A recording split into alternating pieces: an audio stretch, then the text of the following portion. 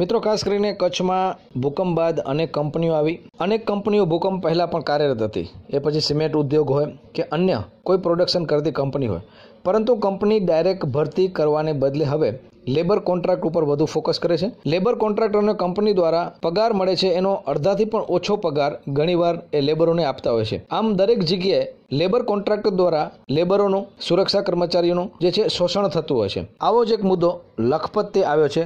તો સમગ્ર હકીકત શું છે, સાંભળીએ અમારા પ્રતિનિધિ હિતેશ જોશી પાસેથી. હાજી, નમસ્કાર હિતેશભાઈ. નમસ્કાર જમલસિંહ. હા, શું છે સમગ્ર ઘટના અને ક્યાંનો મુદ્દો છે, કઈ કંપની છે અને કેટલા કર્મચારીઓ હડતાલ ઉપર ઉતર્યા છે અને મુદ્દા શું છે? જયમલસિંહ, આપને જણાવી દઉં કે લખપત તાલુકામાં આવેલી પાંદરો લિગ્નાઇટ ખાણના સુરક્ષા કર્મીઓ આજે સવારે હડતાલ પર ઉતરી ગયા છે.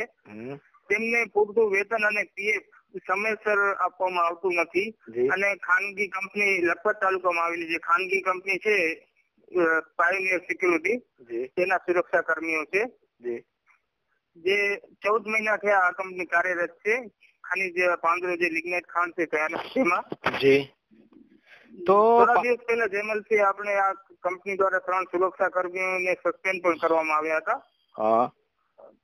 જે મૌખિક અને લેખિત ઘણી રજૂઆત કરવામાં આવી છે, પણ છતાંય કોઈ પ્રશ્નનું નિરાકરણ આ કંપની દ્વારા થતું નથી.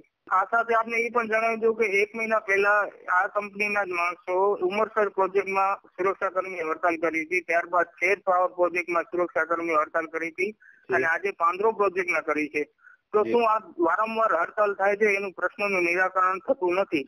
જી, એનો માલિક કોણ છે? જી હિતેશભાઈ, અત્યારે પાછી હડતાલ કરી. જી, પાછી હડતાલ કરી છે. તો પાયોનિયર કંપનીના એના મેઇન ઓનર કોણ છે, માલિક કોણ છે અને અત્યારે એનો કઈ સંપર્ક થયો છે ટેલિફોનિક યા તો એ રૂબરૂ આવ્યા છે? એનું શું અત્યારે આ પ્રશ્નો કઈ સાંભળવા માટે તૈયાર છે પાયોનિયરના માલિક?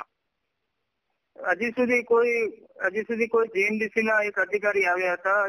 તેમને પણ જણાવ્યું હતું કે અમે પણ આ કંપનીને ટેલિફોનિક થી અને પેપર વર્ક થી રજૂઆત કરેલ છે, જેમ અમને જવાબ મળશે તેવો તમને અમે જવાબ આપીશું, એવી સાંત્વના અપાઈ હતી. જી, કંપની ક્યાંની છે?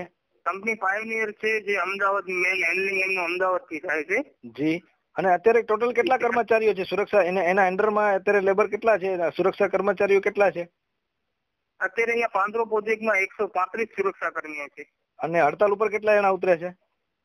135 ઉતરી ગયા છે. તો પછી અત્યારે પાંદરોની સિક્યુરિટી નું શું? અત્યારે જો હડતાલ ઉપર ઉતર્યા છે તો ખાસ કરીને આ કંપની ઉપર એક્શન આ પાંદરો વાળા લેશે? તમને શું લાગે છે આ બાબતે કઈ ચર્ચા થઈ છે? પાંદરો કંપની જે છે જીએમડીસી, એ કઈ આ કંપની ઉપર, પાયોનિયર કંપની ઉપર એક્શન લેવાનું વિચારે છે? જી જયમલસિંહ, એક્શન લેવા જોઈએ. અત્યારે સુધી કઈ એવી ચર્ચા થઈ નથી, પરંતુ મને લાગે છે કે સાંજ સુધી કઈક આવી ચર્ચાઓ થશે. શું માંગ છે તમારી? અમારી માંગ એ છે કે છેલ્લા 14 મહિનાથી જીએમડીસી માં પાયોનિયર સિક્યુરિટી સર્વિસ તરીકે એક કંપની ચાલુ છે. એ સિક્યુરિટી ગાર્ડનું ટેન્ડર છે. એ 14 મહિનાથી છેલ્લે અમને વાંધાજનક પ્રશ્નો ઊભા કરે છે અને છેલ્લા 14 મહિનાથી અમને પગારમાં પૂરું ચોકણું આવતું નથી. છેલ્લે 2 મહિનાથી અમારો હજી પગાર પણ બાકી છે અને જ્યારે પીએફની માંગ કરી છે ત્યારે હજી એ લોકો યુએન નંબર અપડેટ નથી કર્યા અને અમારા ખાતામાં જ્યાં સુધી પીએફ નંબર નથી ત્યાં સુધી અમે ઓનલાઈન પણ ચેક કરી શકતા નથી. મારું નામ સોડા કનકસિંહ માધુભાઈ છે અને હું પાયોનિયર સિક્યુરિટી સર્વિસમાં નોકરી કરું છું. અને આ પાયોનિયર સિક્યુરિટી સર્વિસમાં તમામ ગાર્ડ 135 ગાર્ડ છે જો દેખાય છે, એ હડતાલ ઉપર બેઠા છે અને એની જે માંગણીઓ છે એ પૂરી થતી નથી. અને આ જે પાયોનિયર સિક્યુરિટી સર્વિસ છે મઈ 2016થી અહીંયા કાર્યરત છે. તો એ તેથી કરીને આજ દિન સુધી પૂરો પગાર નથી આપતી અને 19 જાન્યુઆરી 2017ના જે પણ લઘુત્તમ વેતન કેન્દ્ર સરકારે એ મંજૂર કર્યું છે એના મન ફાવે એટલા રૂપિયા કાપી લે છે. અને અમે મહિને એમને વારંવાર ઘણી રજૂઆત કરી છે, પણ એ ઓનર છે અશોક યાદવ કરીને છે, કંપનીનો ઓનર છે, અને એ અમને કોઈ પણ રિસ્પોન્સ આપતો નથી. અને અમારે અહીંયા 3 મહિના થયા પગાર નથી થયા અને પહેલાંના કાપ્યા છે એ પણ અમને ડિફરન્સ મળ્યો નથી. અમે ના છૂટકે હડતાલ ઉપર બેઠા છીએ અને આજથી સવારથી બેઠા છીએ, હજી સુધી એમનો કોઈ રિસ્પોન્સ અમારા કંપની વતી આવ્યો નથી.